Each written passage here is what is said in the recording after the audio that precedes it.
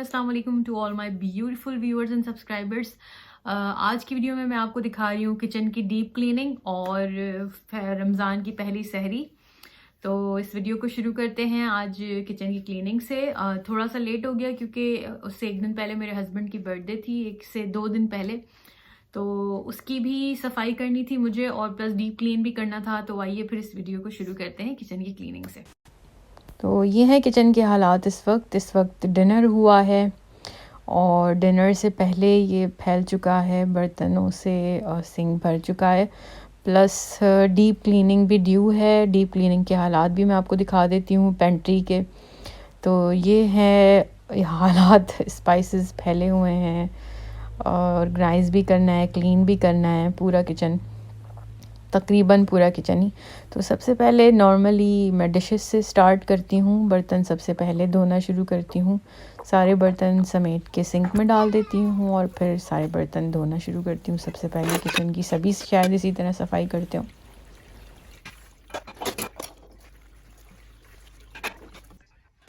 जब सारे बर्तन धुल जाएंगे, सिंक अच्छी तरह से धुल जाएगा, तो पहले तो मैं बर्तन धो के इनको ड्राई करने के लिए रैक्स पे रख देती हूँ, जगह पे रखने से पहले, इनको समेटने से पहले किचन।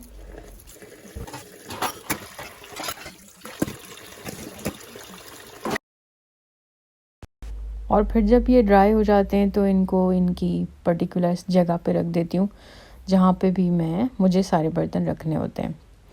तो सभी के साथ ऐसा होता होगा कि ऑर्गेनाइजेशन में प्रॉब्लम आती होगी। क्लीनिंग फिर भी जनरली हम कर लेते हैं, लेकिन डिसऑर्गेनाइज हो जाता है इंसान से इस्तेमाल होते होते चीज़ें।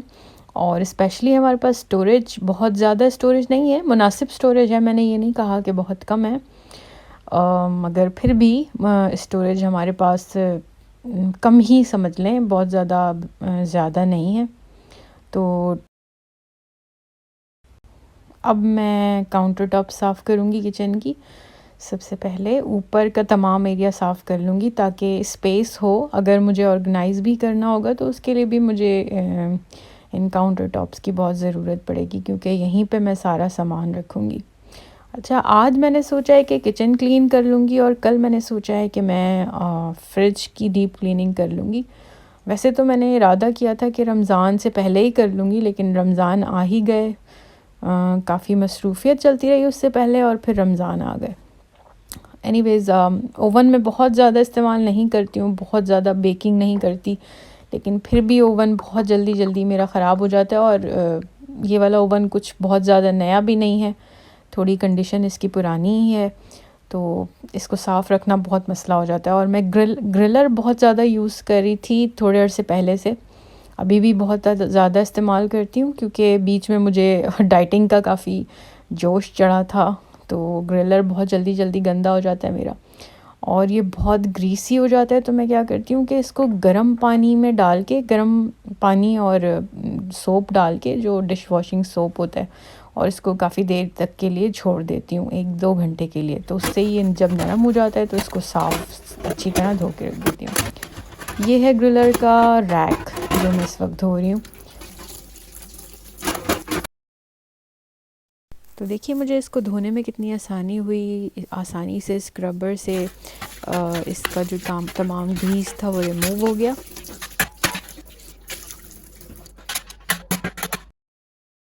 मैं आपको वक्फे बवक्फा ये दिखा रही हूँ कि कितना ऑर्गेनाइजेशन कितनी ज़्यादा करनी है।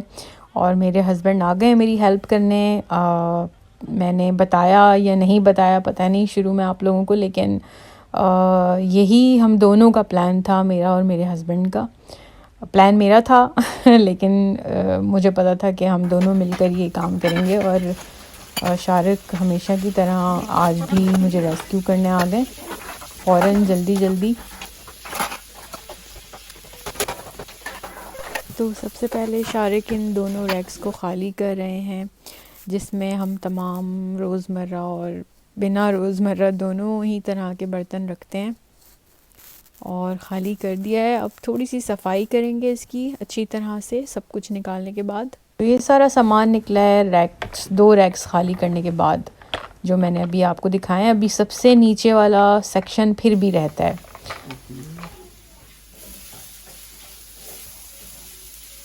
तो ये नीचे वाला सेक्शन मैं इसको ऑर्गेनाइज़ करना शुरू करूँगी, जो जिस तरह से चीज़ें रखनी है उस तरह से चीज़ें रखूँगी। जो ज़्यादा इस्तेमाल होती हैं वो ऊपर वाले रैक्स में रखूँगी और जो कम इस्तेमाल होती हैं उनको नीचे वाले रैक्स में रख दूँगी। और शारिक जो है स्पाइसेस वाला सेक्शन पेंट्री वाला उन्होंने सेलेक्ट किया है ख़ुद क्लीन करने के लिए और ऑर्गेनाइज़ करने के लिए। और शायद मैंने कभी आप लोगों को बताया हो या नहीं, लेकिन Shariq is a very good organiser, बल्कि मैं कहती हूँ शायद बेस्ट ऑर्गेनाइज़र, क्योंकि काफ़ी ही ज़्यादा मशवरे भी देते हैं शारिक मुझे ऑर्गेनाइजेशन के हवाले से। अब जबकि ये सारा स्पाइस सेक्शन ऑर्गेनाइज़ हो गया तो मैं आ गई हूँ चमचों की तरफ, जो मैंने पहले दिखाया था आपको स्टार्टिंग में कि ये कितने बुरी तरीके से रखे हुए थे। अब इसको ऑर्गेनाइज़ करने का टाइम आ गया है, तो सबसे पहले इस सेक्शन को निकाल के साफ़ कर रहे हैं अच्छी तरह से और उसके बाद मैं इसको ऑर्गेनाइज़ करके रख दूँगी।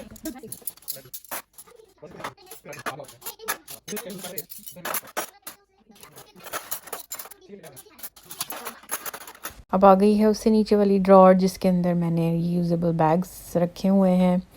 दे आर प्लास्टिक बैग्स, हाँ ये काफ़ी सारे जमा हो गए हैं, लेकिन इनको ऑर्गेनाइज़ करके रखना है मुझे तरीके से। और इसको मैं आजकल बिन बैग्स की जगह इस्तेमाल कर लेती हूँ। जो छोटे वाले बिन हैं हमारे, जो बाथरूम और टॉयलेट में रखे होते हैं, ये मैं उसमें लगा के यूज़ कर लेती हूँ।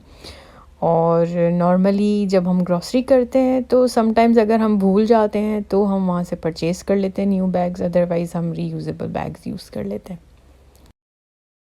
और शारिक मुझे डेमोस्ट्रेट कर रहे हैं कि हमें किस तरह से फ़ोल्ड करके इन बैग्स को रखना है, ताकि आराम से हम इसको निकाल सकें जब हमें ज़रूरत पड़े। अब जबकि ये ड्रॉर अच्छी तरह से ऑर्गेनाइज़ हो गया है तो मैं दूसरे सेक्शन की तरफ आ जाऊँगी, जो कि जहाँ पे मैं अपने तमाम स्पाइसेस को स्टोर करती हूँ। जो एक्स्ट्रा स्पाइसेस होते हैं, जैसे कि शान के मसाले हुए या खुले मसाले अगर हम लेते हैं और वो ज़्यादा आ जाते हैं, ज़्यादा क्वांटिटी में आ जाते हैं, या पास्ता नूडल्स होते हैं, ड्राई चीज़ें होती हैं, ड्राई फूड्स होते हैं।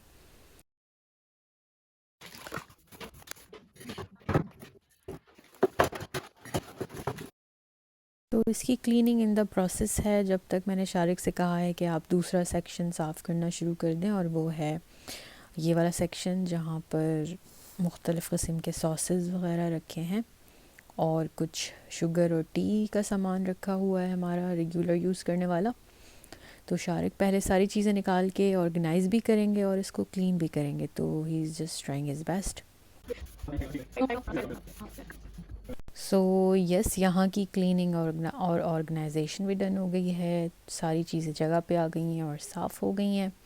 अब हम दूसरे सेक्शन की तरफ आ गए हैं। ये बिल्कुल हमारा फ्रंट सेक्शन है, जहाँ पे काफ़ी सारा सामान हम डाल देते हैं।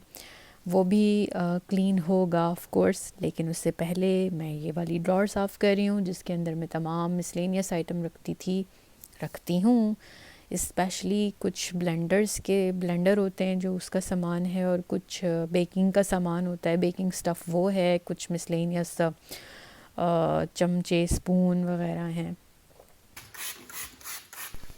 तो पहले मैंने सारा सामान निकाल दिया है। अब मैं इसको अच्छी तरह से साफ़ कर लूँगी, और क्लीन करने के बाद मैं इसके अंदर वापस चीज़ें रखना शुरू करूँगी। मैं इसमें कोई पार्टीशन नहीं लगा रही हूँ, क्योंकि मैंने कुछ परचेज़ नहीं किया है इस हवाले से, वरना इसके अंदर अगर पार्टीशन में लगा देती तो अच्छी तरह से ऑर्गेनाइज़ हो जाता सेक्शन वाइज।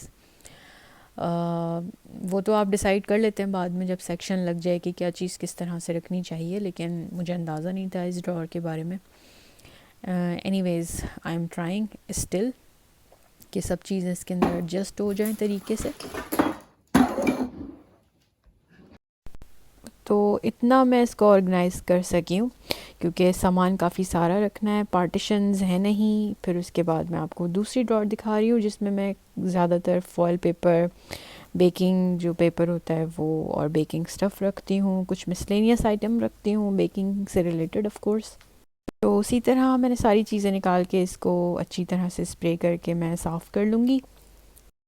और फिर सारा सामान रख दूँगी। अच्छा, ये है अंडर द सिंक एरिया जो कि बहुत इग्नोर्ड है बहुत अरसे से, और अभी अभी मुझे रियलाइज़ हुआ है इसको देखने के बाद कि ये लीक भी हो रहा है, जिसका हल हमें बाद में निकालना है। फ़िलहाल मैं इसको साफ़ कर लूँगी। तो सबसे पहले मैं ये सारी चीज़ें निकाल लूँगी, और चीज़ें निकालने के बाद मुझे एक चीज़ के बारे में रियलाइज़ हुआ, और वो ये था कि कहीं ना कहीं से ये सिंक लीक हो रहा है, जिसकी वजह से थोड़ा सा ये गंदा हो गया था। अच्छा, इसकी इन्वेस्टिगेशन भी मैंने और मेरे हस्बैंड ने की है बाद में, कि कहाँ से लीक हो रहा है और इसको किस तरह से फ़िक्स करवाना है।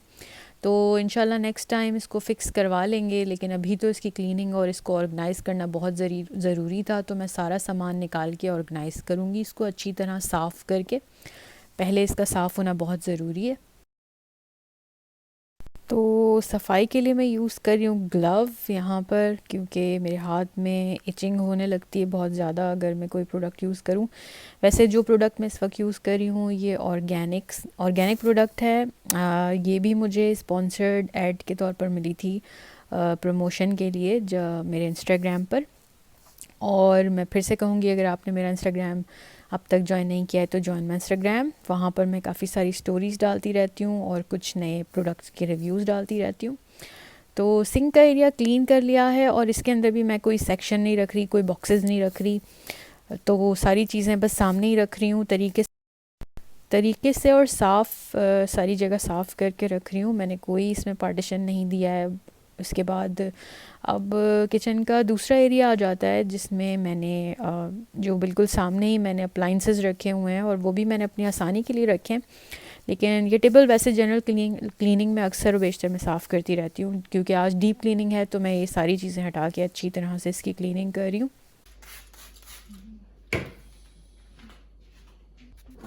अच्छा, एक बात और कि टेबल मैंने यहाँ क्यों रखी है और सारे अप्लाइंसेस मैंने इस तरह से क्यों रखे हैं। तो पहली बात तो ये है कि मेरा काउंटर टॉप बहुत छोटा है, उस पे सारे अप्लाइंसेस नहीं रखे जा सकते, और ये तमाम वो अप्लाइंसेस हैं जो एवरीडे बेसिस पे हम लोग रेगुलर इस्तेमाल में लेके आते हैं। तो इसीलिए मैंने अपने हस्बैंड से कहा था कि मुझे यहाँ पर कुछ टेबल्स लगा दीजिए जहाँ पर मैं अपने रोज़मर्रा के इस्तेमाल के अप्लाइंसेस रख सकूँ, जिसमें शामिल है डेफिनेटली माइक्रोवेव ओवन शामिल होता है, और एक जो है एयर फ्रायर रखा हुआ है, बाकी केटल और जो टोस्टर होता है वो रखा हुआ है। तो इस तरह की छोटी छोटी चीज़ें रखने के लिए ये टेबल यहाँ पर सेट की हुई थी। उसके बाद मैं आपको दिखा रही हूँ कि टेबल पे जो तमाम अप्लाइंसेस रखे हुए हैं और टेबल में वो तमाम क्लीन कर लूँगी, और उसी ऑर्गेनिक स्प्रे से मैं सफाई कर रही हूँ जिसका मैंने अभी आपसे तज़किरा किया है। साथ ही साथ मैं ये भी बता दूं कि दूसरी तरफ शारिक भी मेरे साथ सफाई कर रहे थे, तो अब वो फ़ाइनल टचेस देने के लिए तमाम कबर्ड्स को ऊपर से भी अच्छी तरह से साफ़ करें, जो कि दोबारा मैं बता दूं कि जनरल क्लीनिंग में सफाई होती रहती है, लेकिन फिर भी ग्रीसी हो जाता है किचन, क्योंकि आपको पता है देसी कुकिंग किस तरह की और किस स्टाइल की होती है। और शारिक फिर दोबारा से मैं कहूँगी कि बहुत हेल्पफुल हस्बैंड हैं, आप लोग देख सकते हैं। अब चूँकि तमाम तकरीबन काम हो चुका था, तो मैं अब चाहती थी कि मैं सिंक साफ़ करूं, लेकिन शारिक ने कहा कि नहीं, वो सिंक साफ़ करना चाहते हैं। तो मैंने कहा कि आइए, चलिए ठीक है, कीजिए साफ़। तो ये सारे बर्तन जगह पे रखना है इनको, क्योंकि धो के जैसे रैक में रखे हुए थे वैसे ही रखे हुए हैं, और उसके बाद ये सिंक साफ़ करेंगे। अच्छा, जिस तरह से मैं सिंक साफ़ करती हूँ मैंने शारिक को गाइड कर दिया था, शारिक भी उसी तरह से कर रहे हैं। पहले मैं लिक्विड सोप डालती हूँ, थोड़ा सा स्पंज से इसको क्लीन कर लेती हूँ, स्क्रब कर लेती हूँ अच्छी तरह से। उसके बाद पानी की हेल्प से इसको धो देती हूँ, और फिर एंटीबैक्टीरियल जो वाइप होता है तो उसे साफ़ कर देती हूँ, या फिर स्प्रे कर देती हूँ एंटीबैक्टीरियल। तो आजकल तो आपको पता है कोविड-19 की वजह से आजकल कोई चीज़ नहीं मिल रही है, तो जो अवेलेबल एंटीबैक्टीरियल स्प्रेस थे वही तमाम हम इस्तेमाल कर रहे हैं, और वाइप्स तो ऑलरेडी हमारे पास ख़त्म हो चुके हैं।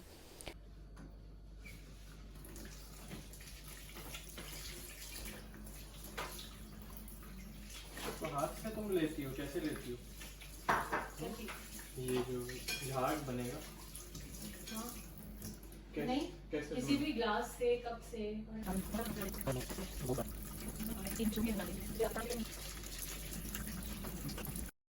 अब हूवर की बारी आ गई है।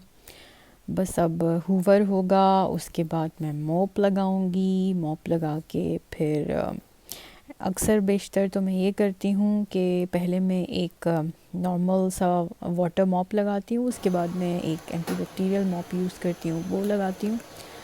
लेकिन एंटीबैक्टीरियल मॉप मेरे पास तकरीबन ख़त्म हो गया है, वो यहाँ पर इनफ़ नहीं होता, तो मैं इस वीडियो में तो आपको नहीं दिखा सकूँगी वो, क्योंकि आपको बताया मैंने कोविड-19 की वजह से जो हालात चल रहे हैं आजकल हर एंटीबैक्टीरियल वाइप्स के और स्प्रेस के।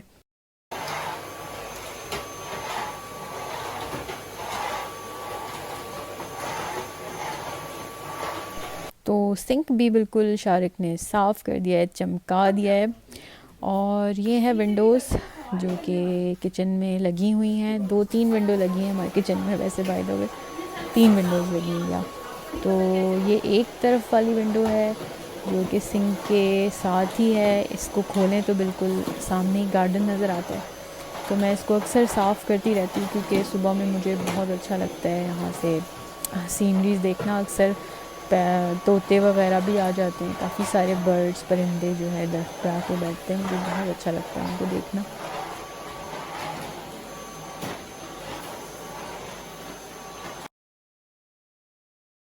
रह गई हैं इट्सी बिट्सी थिंग्स जो कि हैं दीवारें, और दीवारों के साथ ही जो नीचे का एरिया होता है, आई डोंट नो अब उसको क्या कहेंगे, दीवारों के कॉर्नर्स कह सकते हैं शायद, चलिए यही कह लीजिए। दीवारों के जो कोने होते हैं वो उनको साफ़ करने का वक्त आ गया। तो ये काम मियाँ बीवी दोनों ने मिलके किया है, खूब सारी दीवारें, तमाम दीवारें और जो कोने होते हैं वो साफ़ किए हैं हमने। हमारे पास जो स्प्रे था मैंने आपको दिखाया है वो डाल के और टिश्यू पेपर से खूब सफाई की है, जो कि आपको नज़र आ रही होगी। अब उसके बाद मैं मॉप लगा रही हूँ। मॉप लगाने के लिए मैंने आपको बताया कि मैं यूज़ करूँगी एक फ्लोर क्लीनर स्प्रे, वो भी स्पॉन्सर्ड था मेरे इंस्टाग्राम पे, मैं दिखा देती हूँ आपको। और आई एम सॉरी नहीं दिखा पाई, एक्चुअली मैं समझी कि शायद दिखा पाई। तो मैं वो मॉप स्प्रे करूँगी, उसका नाम मैं मेंशन कर दूँगी नीचे वीडियो में।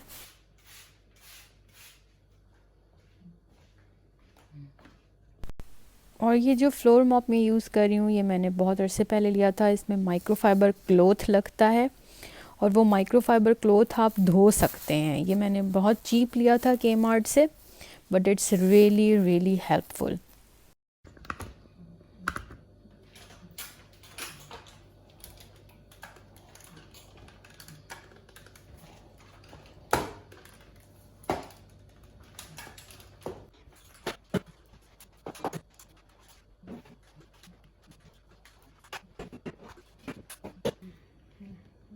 तो अब किचन बिल्कुल कंप्लीट हो गया है, मैं आपको दिखा देती हूँ। हर चीज़ अपनी जगह पे रखी हुई है, तरतीब से रखी हुई है और सब कुछ साफ़ हो गया है। तो फिर भी मैं आपको एक झलक दिखा देती हूँ। ये देखिए, ये है पहला सेक्शन पेंट्री का, स्पाइसेस का, और ये हैं ड्रॉर्स, ये स्पून ड्रॉर है, ये बैग्स की ड्रॉर है जो प्लास्टिक बैग्स हमने ऑर्गेनाइज़ किए थे, और फिर बस वन बाय वन तमाम ड्रॉर्स मैं आपको दिखा रही हूँ।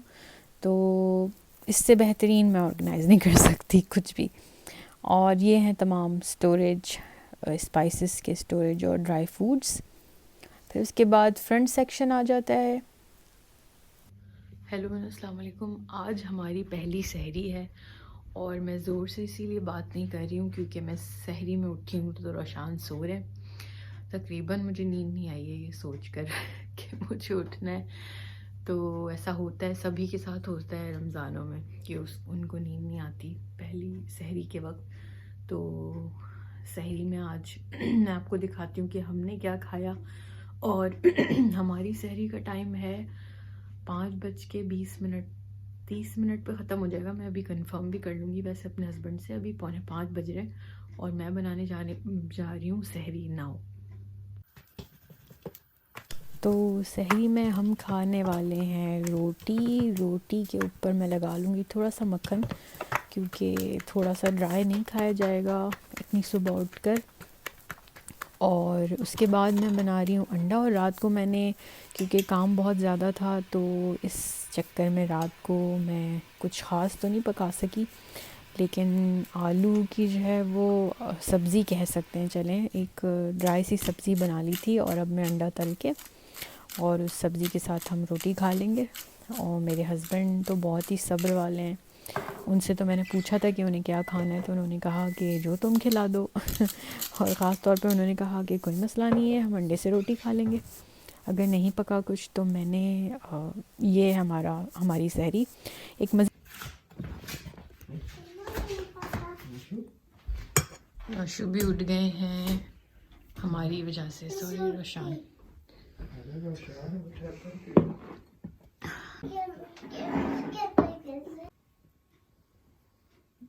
सहरी ख़त्म होते ही फ़ौरन हमने नमाज़ पढ़ ली फ़जर की, वज़ू करके ऑफ़ कोर्स।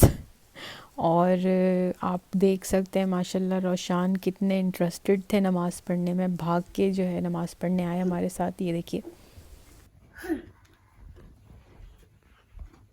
इधर से रोश, इधर से पता है।